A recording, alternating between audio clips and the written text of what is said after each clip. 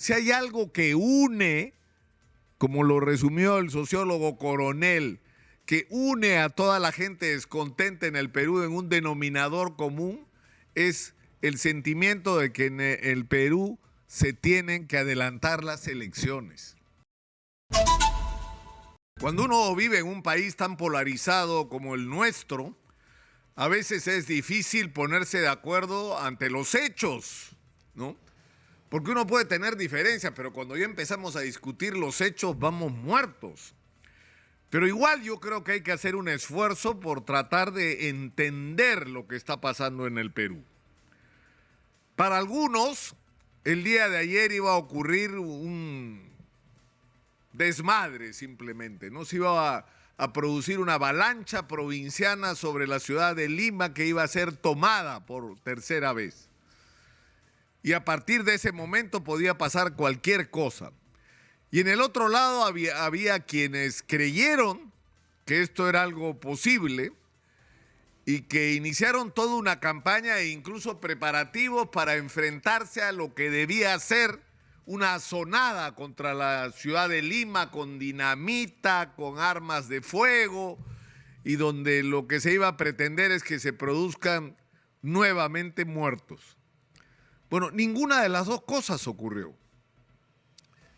Sin embargo, lo que ha pasado el día de ayer es significativo porque es como una especie de señal de los sentimientos de los peruanos.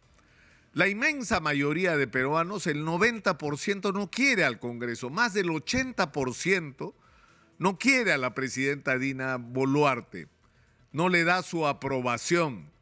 Y lamentablemente para tanto la presidencia de la República, para el Congreso, las cifras van empeorando para ellos. Pasan los días, las semanas y su imagen se deteriora ante la ciudadanía. Pero por el otro lado, y por eso está tan extendido el sentimiento de que si uno le pregunta a la gente si tuviera la posibilidad de decidir, lo que te dice la gente de izquierda y de derecha es que lo mejor sería que se vayan todos y que haya elecciones adelantadas. Los que no quieren son los que están en el gobierno y en el Congreso. Pero por el otro lado hay un fenómeno que es significativo. La gente está agobiada por la situación económica.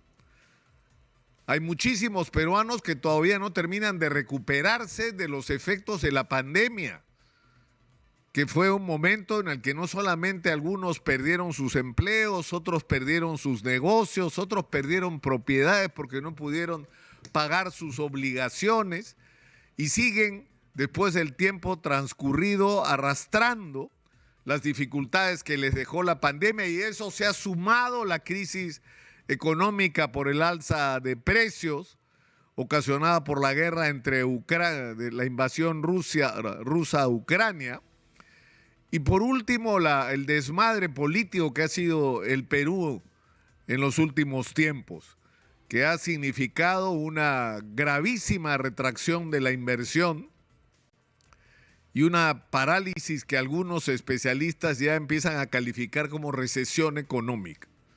Es decir, hay subida de precios por un lado, pero también hay una contención de la actividad económica que es sumamente peligrosa si permitimos que continúe.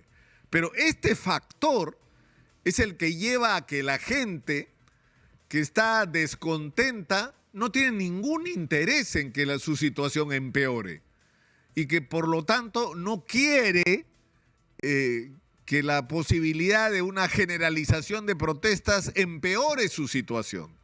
Pero sin embargo, no está contenta y de alguna manera quiere expresarse. Y eso pasó ayer. Eso pasó ayer. Lo que ha habido ayer no es ni de lejos una toma de Lima, según las cifras que toma el Diario de la República del Ministerio del Interior. Se supone que se proyecta la participación de 21,000 personas en la manifestación del día de ayer.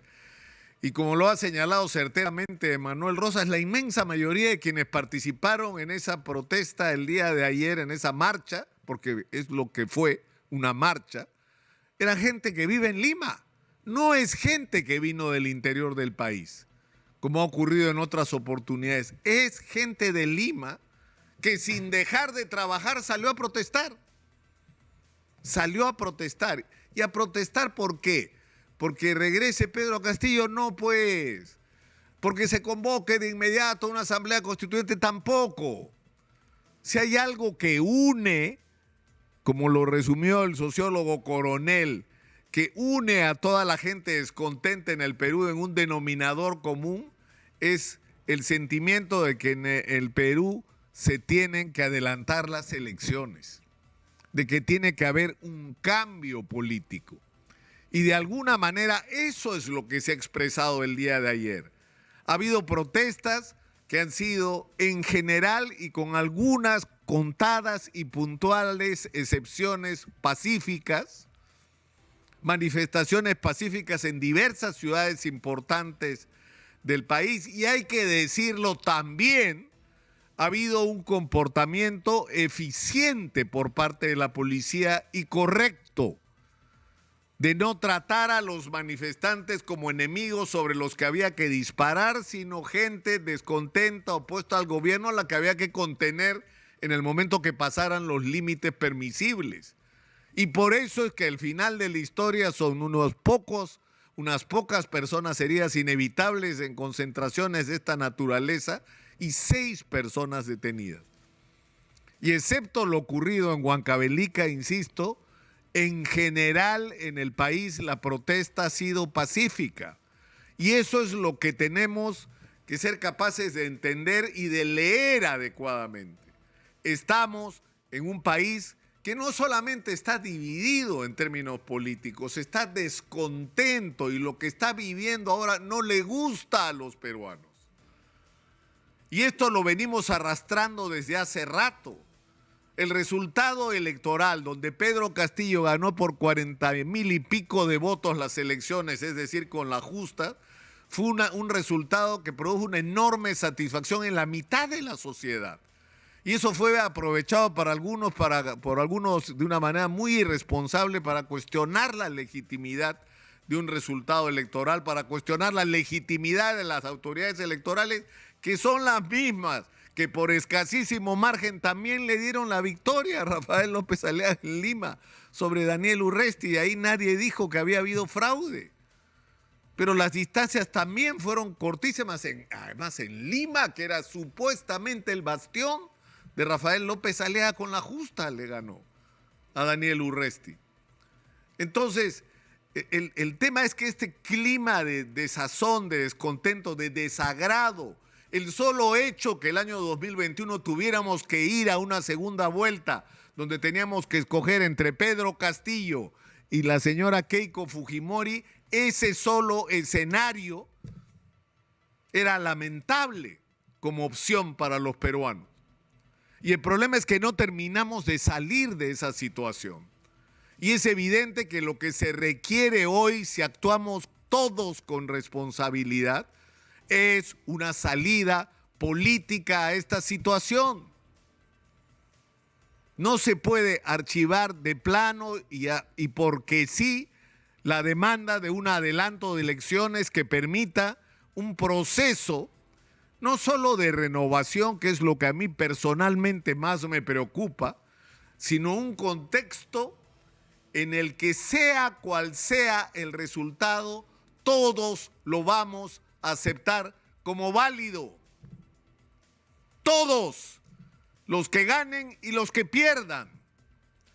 Y que vamos a poder entrar en una etapa donde haya un mínimo de estabilidad política sobre la base de algo tan elemental como respetar el resultado de una elección.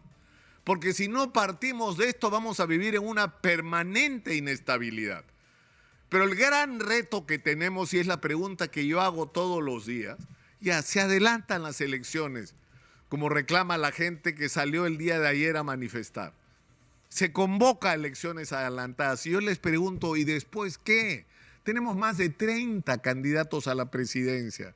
Y lo que no tenemos son planes. Lo que no tenemos son proyectos, programas para el país.